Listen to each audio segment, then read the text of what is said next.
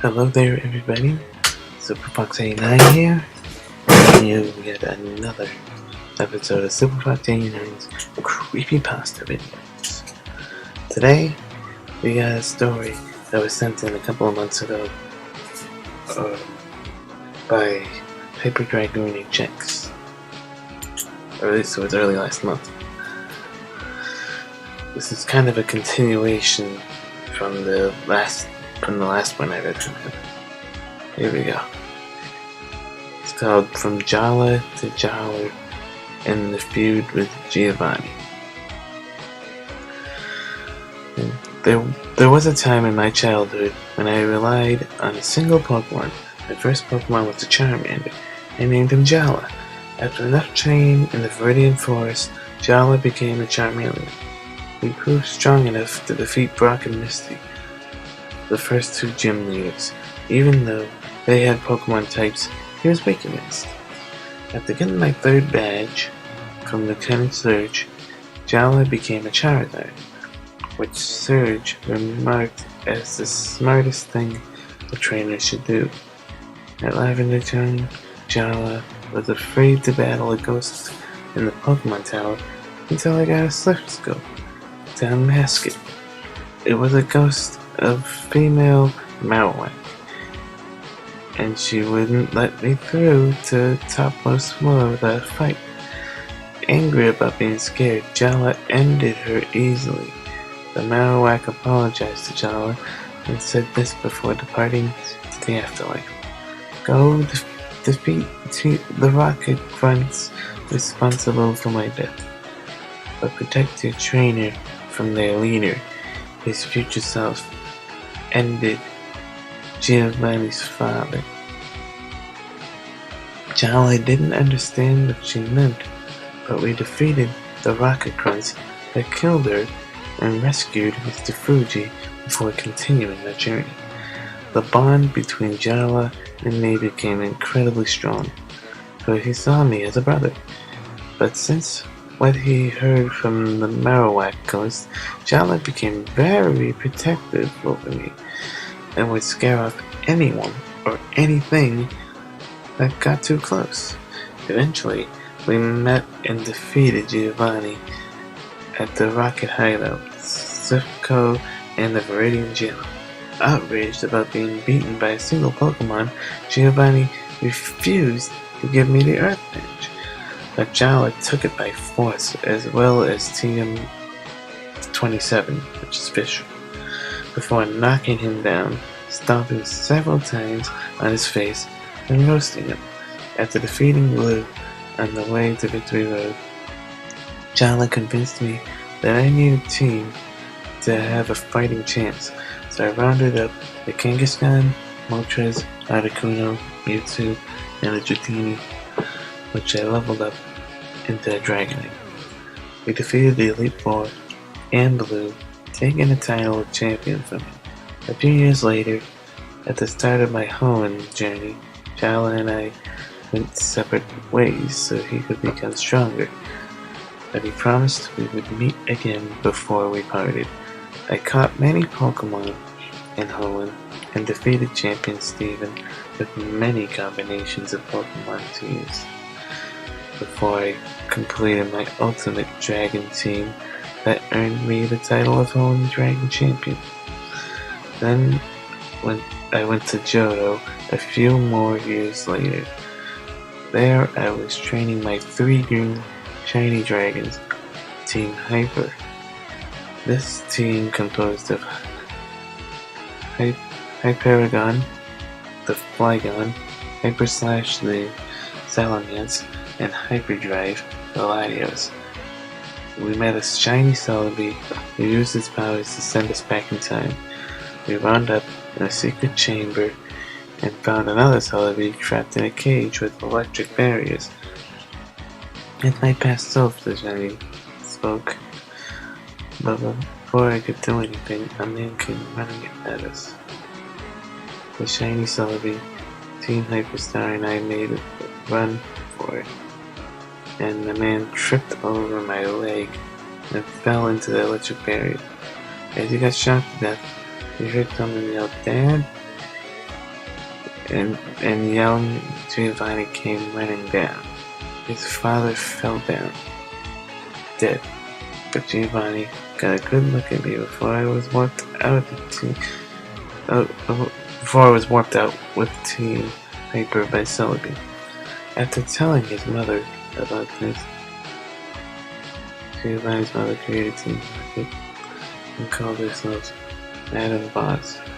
Besides wanting me, she also put a massive bounty on my head.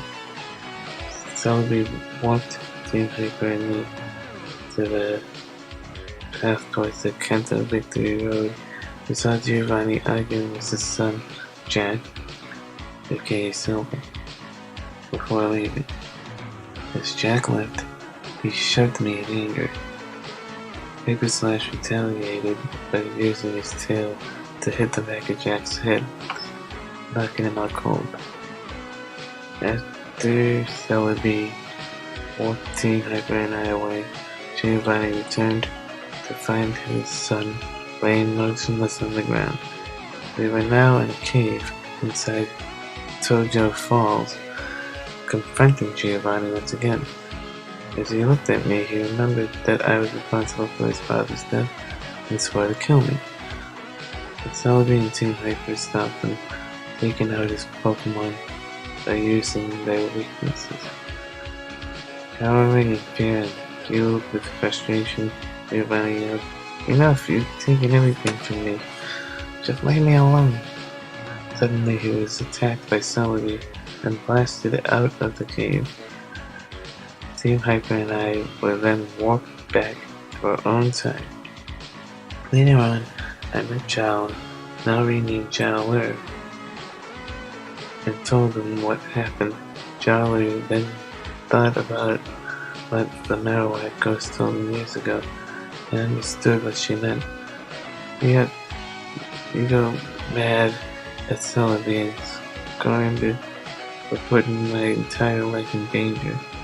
As Celebi flung down, Jowler lifted me onto his back and threw him on Silver. We landed at the top and confronted Red. I battled him with only Jowler, and he defeated Red's Pokemon by targeting their weaknesses. After Red sent his last Pokemon out, his Charizard asked, "Who are you?" "I'm Jowler Charizard," replied Jowler as he delivered the final blow. Shocked about being beaten by a single Pokemon, Red left so fast that he forgot his hat. Jowler picked it up and held it up high as proof that he is the strongest Pokemon around. Always value those who stick with me to the end. As for the name I gave a Charizard, take a wild guess how I picked it up. Well, as far as story goes, that's good. This isn't going to be the only story on this video. There's one that's actually off of something. Anyway, give this story a 7 out of 10. If it's decent. Not well. Wow, I'm actually speechless. I'm shocked. I'll be back in here.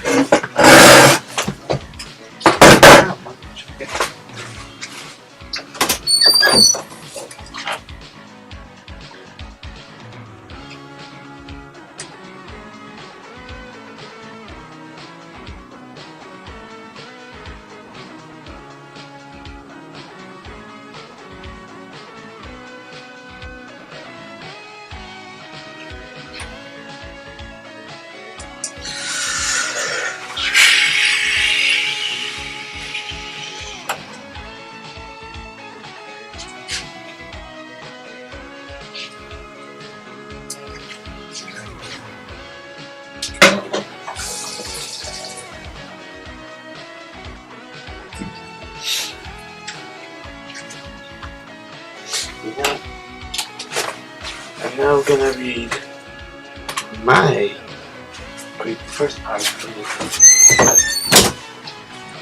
Here we go. This is kind of a rough draft that I've been working on. Here we go. Okay, let me open up the file. Just a second. Gotta go to secret projects. Here we go. This is a Creepypasta. It's called Giovanni's Revenge, The Legend of Sparky. You'll see why I named that soon enough. Here we go. I have been playing Pokemon games since Red version, and there were 2 Pokemon I kept in my pack at all times back then. One was an Umbreon named Super G, and the other was my favorite out of my original pack. It was a Jolteon named Sparky. I wound up keeping those 2 through my trip through both Kanto and Johto, and eventually became champion. This, however, was not easy to obtain, as there was a group known as Team Rocket, led by none other than Giovanni himself. I easily defeated them when I first faced them because I had 4 other Pokemon with me: a Ninetales by the name of Super Spark, a Flareon named Steven, named after a friend, a Leafeon named Superstar, and a Vaporeon without a nickname. A few years had passed, and I saw they had come out with Heart Gold and Soul Silver, so I was eager to get the Soul Silver and get the old team back together. Unfortunately, I was unable to find a copy, so I searched for it online. Found a very interesting ROM called Giovanni's Revenge. I downloaded it and started it up. Amazingly, it let me select which 6 Pokemon would be in my pack and what to name them, so I chose my original pack from Silver. The game started just like Heart Gold and Soul Silver, only when it got to the names, it started getting weird because it typed my name in there on its own. Then, when the game started, it spawned me at the 8th gym in Kanto with all my Pokemon at level 100. I walked over to the gym leader, who said in a familiar voice, "Welcome to your doom." At that point, I knew it was Giovanni. I immediately was rushed into a battle and sent out Steven first.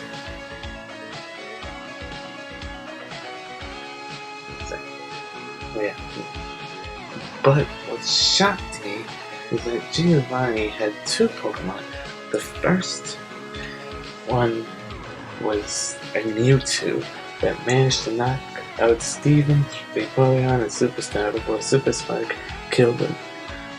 Then he looked at me with a smirk on his face and sent out Celebi, who took down Super Spark. Sparky was next, and he used an Iron Tail type so powerful it shook the arena. Celebi was weakened, but I noticed he was being mind-controlled and sent out Super G to knock the device off. He did, and Celebi flew off, winking at me, and Super G as he flew into the sky. Sparky then went after Giovanni and started choking him. I noticed his face turned a bright red and could almost see him say the words, "Save me!" So I quickly shouted, "Enough!" and Sparky let him go. Giovanni fled, and soon after, he disbanded Team Rocket forever. From that day forward, I swore not to use Sparky in battle again unless there was an extreme emergency, and kept him in my PC. At least for now.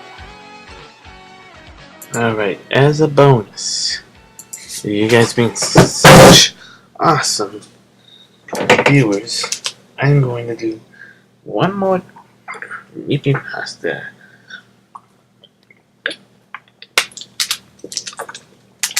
You'll be able to guess from the music.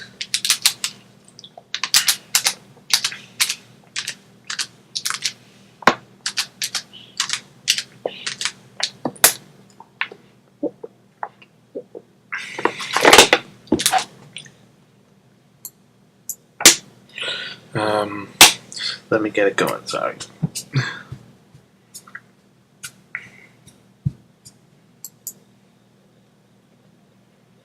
There we go. Let's get this going. Once the advertisement goes away. Body, body, body, body, body, body. There we go.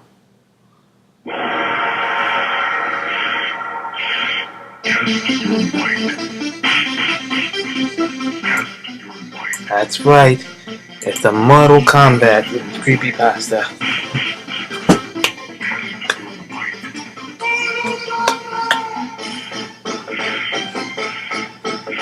Here we go. It's called Mortal Kombat.EXE.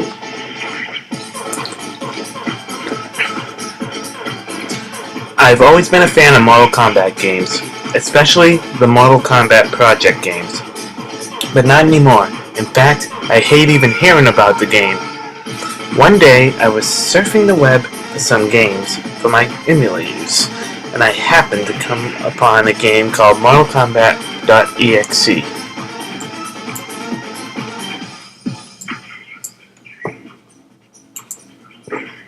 I'm not going to give out the link for the safety of you and your computer.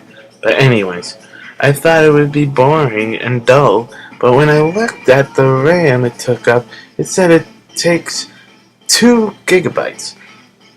So I thought to myself that the game would be exciting, because I've never downloaded a Mortal Kombat game that took so much memory. So I clicked on the download link and started downloading the game. Surprisingly, it took over 4 hours for the entire game to download. The download then finished, but that's when things started to get weird. The download box popped up, letting me know that the download was finished, so I clicked run. Then my laptop screen burst into static and started playing a frequently high-pitched sound. Then the laptop literally went black.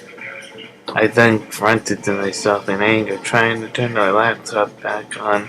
After a few tries, my laptop finally turned on, the same as it was before, except there was the game on my desktop.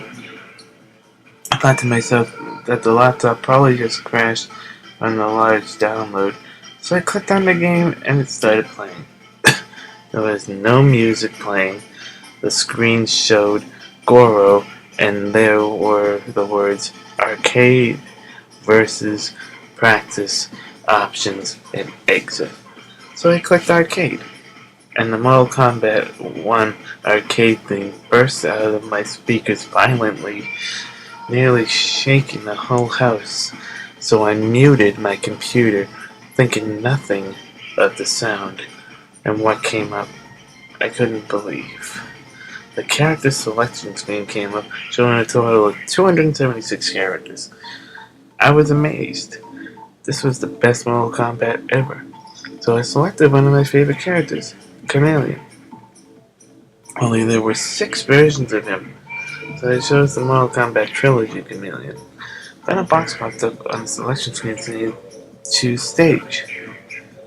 There was a total of 500 stages, only making the game better. So I chose my favorite place to fight, the Mortal Kombat 1 pit. When I selected the stage, Shao Kahn's voice said, "Good choice, Lane." 2 things then popped up into my head. 1, how did he know my name? And 2, how is his voice coming up even though my speakers are muted? Then the loading screen came up. I had to fight Hydro, a Mortal Kombat Project character. So I started fighting and finally got to the point where Shao Kahn's voice said, "Finish him." Then a box popped up showing a list of names. One was my friend's name, Jordan. So I clicked Jordan just for fun. And then another box came up saying, choose fatality. And the box popped up saying, fatality 1, 2, 3, 4, 5, 6, 7, 8, 9, 10, and stage fatality. I thought that it was awesome that every character had 10 fatalities and a stage finisher. So I chose stage fatality. When I clicked stage fatality, it showed my character, Chameleon, uppercutting Hydro, causing him to fall into the pit spikes at the bottom. When he hit the ground, very realistic cloud shot out of him. as he screamed in agony. But Hydra's scream nearly broke my speakers, that it was so loud.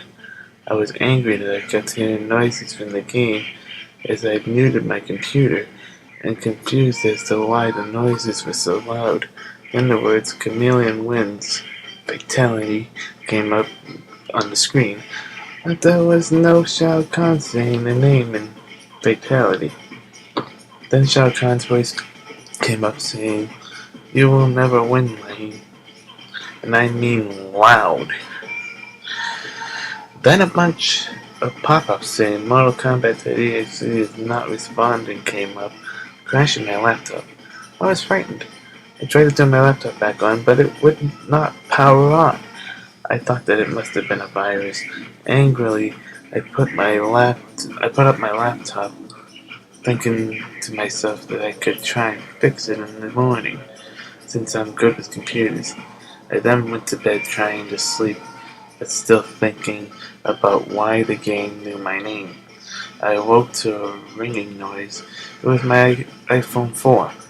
I looked at my phone to check what time it was. It was 2:30 a.m. I then answered the phone only to hear my friend's mom crying. I asked her to tell me what was wrong and what the siren sound in the background was. She told me that the sirens were police and ambulance sirens and that Jordan was dead. He had several large holes in his body. I bolted downstairs, trying to turn on my laptop. Then a message box popped up saying, "Thank you for playing, Lane, but I told you, you will never win." I was screaming and crying in horror and despair as several message boxes popped up saying, "Never." Then the worst thing ever happened to me. A bunch of pictures of dead adults, children, and babies popped up on the screen. Then a message box popped up saying, "Look at him." Then a picture of my friend Jordan was shown, his eyes gouged out and his intestines popping out, laying on the floor. He also had several gory holes in his body. The screen then went black and a Mortal Kombat font came up saying, "Lane wins, fatality." The screen then went black. It had been 4 months since the incident and I am traumatized by it, just like anybody else would be. The police found the man who killed Jordan. Oddly, he's the creator of the game I downloaded. Yesterday I was flipping through the channels on my TV and I saw Jordan's killer in court on a TV show. I had to watch. After about 5 minutes, the judge asked him what he had to say before he was sentenced to death. He responded by looking at the camera and saying, "Lane, you will never win," violently laughing as the bailiff carried him away. Damn, that is one freaky creepypasta. That's one I've gotta give a rating to. But what to rate it?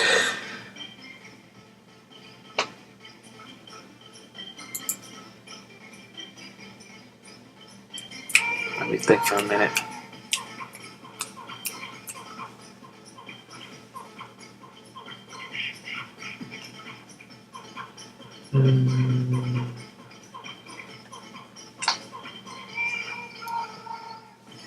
That one was a hell of a gory thing, and I don't really fully believe that hack even exists anymore.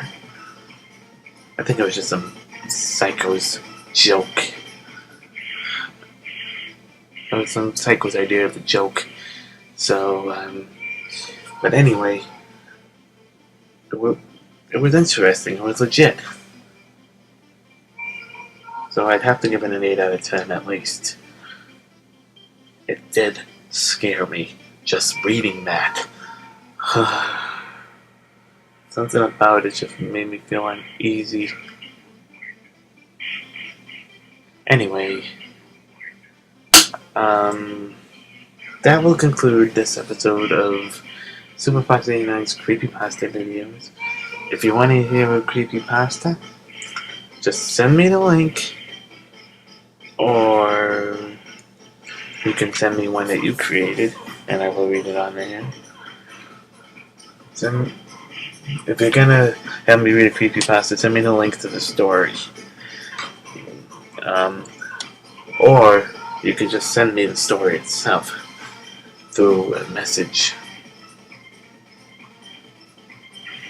And I will try my best to get it on air. I hope that you enjoyed this creepypasta, and I will see you in episode 8. Bye.